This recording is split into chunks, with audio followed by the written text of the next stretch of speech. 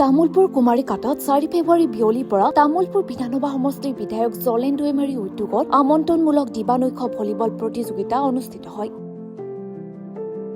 সৰভোগ আৰু উত্তৰ প্ৰদেশ ৱেৰিয়াৰ্ছৰ মাজত অনুষ্ঠিত উদ্বোধনী খেলখন আনুষ্ঠানিকভাৱে উদ্বোধন কৰে তামুলপুৰৰ বিধায়ক জলেন দৈমাৰীয়ে। উদ্বোধনী অনুষ্ঠানত UPPLৰ দৰংগাজোলা সমষ্টিৰ সমন্বয়ক নেৰখাং, দৰংগাজুলি UPPLৰ সভাপতি ৰাফেল দৈমাৰী, সমাজকৰ্মী দুলাল দাস, দীপক চৌধুৰী আদি উপস্থিত থাকে। প্ৰথমবাৰৰ বাবে আমি ইয়াত ভলীবল MLA কাপ চেম্পিয়নশ্বিপ ইয়াত অৰ্গেনাইজ কৰিছোঁ।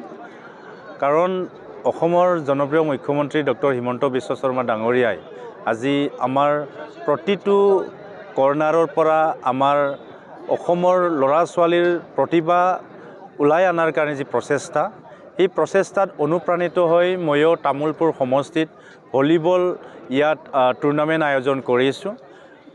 এই টুৰ্ণামেণ্ট আয়োজন কৰাৰ মূল উদ্দেশ্য হৈছে আমাৰ তামুলপুৰ জিলা আৰু তামুলপুৰ সমষ্টিৰ পৰা আমাৰ যুৱক যুৱতী যি খেলাত আজি বিভিন্ন ইভেণ্টত ষ্টেট লেভেল বা ৰাষ্ট্ৰীয় পৰ্যায়ত লাগি অংশগ্ৰহণ কৰিছে বিভিন্ন ইভেণ্টত, আৰু বিভিন্ন ইভেণ্টৰ আকৌ তেনেকুৱাই যাতে অংশগ্ৰহণ কৰিব প্ৰেৰণা পায়, উৎসাহ পায়, ইয়াৰ কাৰণে মই আজি বিধায়ক হিচাপে ইয়াত MLA কাপ আয়োজন কৰিছোঁ, যাতে আমাৰ পৰৱৰ্তী সময়ত আমাৰ ল'ৰা ছোৱালীবিলাকে উৎসাহ পায়, উৎসাহেৰে আৰু যাতে বিভিন্ন খেল ইয়াত অংশগ্ৰহণ কৰিব পাৰোঁ, ইয়াৰ কাৰণে আজি তামুলপুৰ সমষ্টিত MLA কাপ আয়োজন কৰা হৈছে। আজি আমাৰ মাজত 8টা টিমে অংশগ্ৰহণ কৰিছে।